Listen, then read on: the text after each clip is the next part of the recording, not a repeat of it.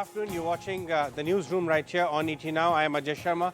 The markets are extending their losses led by the banking space, and understandably so, because crude oil prices have shot up. Yields are on a higher side. Banks taking the knock because macros will get it on the chin. So today we thought of getting you someone who understands the macro space very well and will connect the dots what to make of this market. We're talking about Indranil Sengupta, who is joining us today this afternoon from CLSA to talk more about that. Indranil, good afternoon and thank you so much for your time. How serious does the situation look in your view? Because when I looked at, the oil price chart slightly on the highest, longer duration side, it is in a contango, clearly indicating $90, $95 if we talk about the summer prices. But the near-term prices are shot up. Do you also expect prices to ease out from here on? And how serious is the situation currently? So I think that, the geopolitical risks are being grossly overdone. Let's take oil. Let's define geopolitical risks. Let's say that oil goes to $150 a barrel for 2 months. And, out of panic, there is a $20 billion outflow because of, from foreigners. Now, our base case oil forecast is about $80 billion. And if oil were to go to 150 for 2 months because of the war, then that goes to $90 a barrel on an average for the full year. So effectively speaking, you are talking of $30 billion of outflow. $10 billion because of oil and $20 billion because of the FIIs. Now, the RBI has a FX reserve of about $680 billion, including forwards. Now, we do various estimates and find that 600 billion is the adequate level of FX reserves, which means the RBI has about $80 billion of excess FX reserves. So even if they have to sell 30 billion, they will still have a war chest of 50 billion. So, it's obviously, when there is a war going on, people panic. But when you look at numbers, India is fairly all right. That was an amazing answer, because I hope people are watching and understand that, the point which you made, that if you bottom it down to numbers, the impact appears quite small and insignificant versus what the street is actually making out to be. Indranil, I would like to understand from you another fear of the market. The assumption was that between Q3 and Q4, the peak for commodity prices may have been in place, and Q4 onwards, the margin pressure which many of the corporates were actually expecting will start easing out. In your estimate, do you think this has got delayed a bit and margin pressure the corporate India would actually have to face a little more? What are your thoughts on the peak commodity theory and how commodity users like India, beyond oil as well, would actually fare? So we at CLSA do subscribe to this, view that commodity prices will come down as the Fed begins to hike rates and, liquidity is less abundant than before. But then obviously with a war on, that has got right shifted.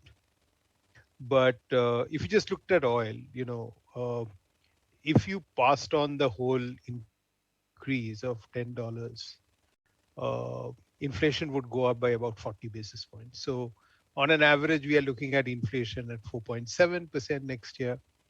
That goes to 5.1%, which is not very alarming. So, obviously, because of the war, we are seeing prices shoot up. But it's also good to bear in mind that the war is not going to last forever. And I think, like I said, that we are assuming that, the tensions go on for 2 months, keep oil even at 150. But even then, the actual macro impact is not that significant. Great. Indranil, what are your thoughts on subsequently on inflation then? Do you see this also kind of peak out in the next 2-3 months from here, or 6 months at best? Yeah, so we are looking at inflation peaking off by the middle of this year, which is why we have a forecast of 4.7%. So, like I'm saying that if oil were to average 90 instead of 80 that we have assumed, then maybe inflation averages 5.1%. Of course, I this assumes that the government is not going to pass on the current increase in oil because it's most likely to be temporary, and we have seen time and again, whether it was during the 72 oil shock, the 79 oil shock, the 1990 oil shock, that if you are able to manage the initial spike, then you don't face much of a problem because things then settle down. Indranil, what are your thoughts on the quality of growth which the country is witnessing? Corporate India, government initiatives, all of that put together? So I think that we are looking at a fairly shallow recovery. We think that uh, growth will clock about 9% this year and 7.4% next year. But most of the growth is coming from the base effects of a few quarters. Uh, there is clearly a demand problem. Consumption is weak.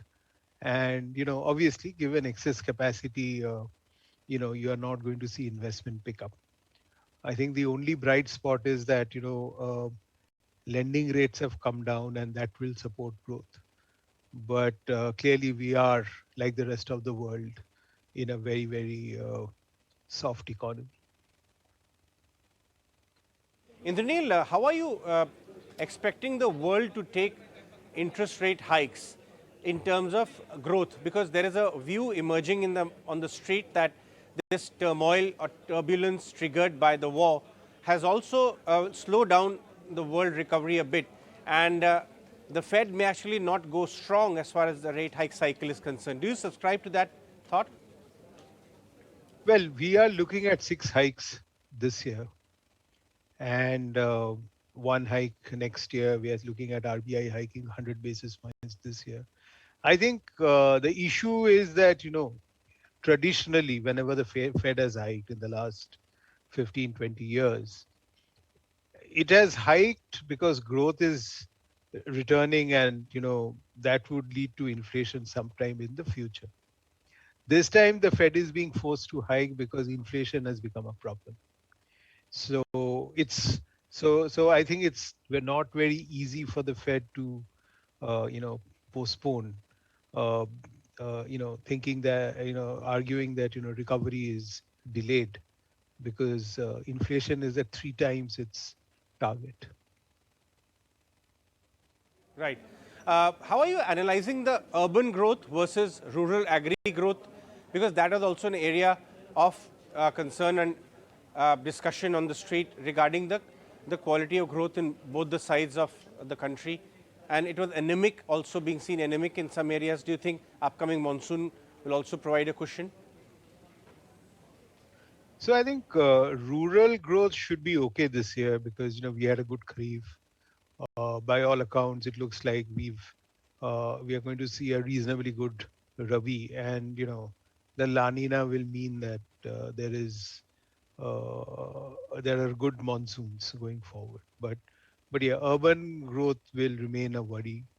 Like I said, because demand remains weak, and when demand is weak, you're not going to put factories to work. You're not going to produce beyond a point.